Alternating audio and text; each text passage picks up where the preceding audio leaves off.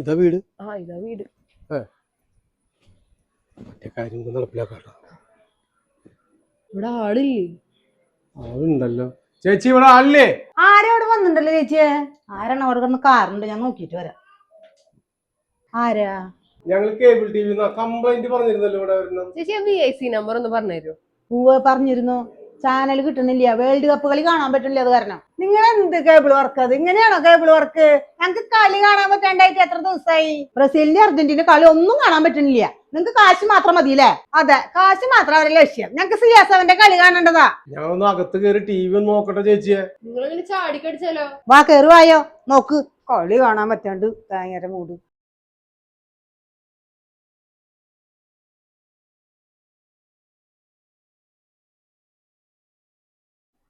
എന്തായി നമ്മുടെ TV നന്നാക്കി എന്തെങ്കിലും കളി കാണാൻ പറ്റുമോ?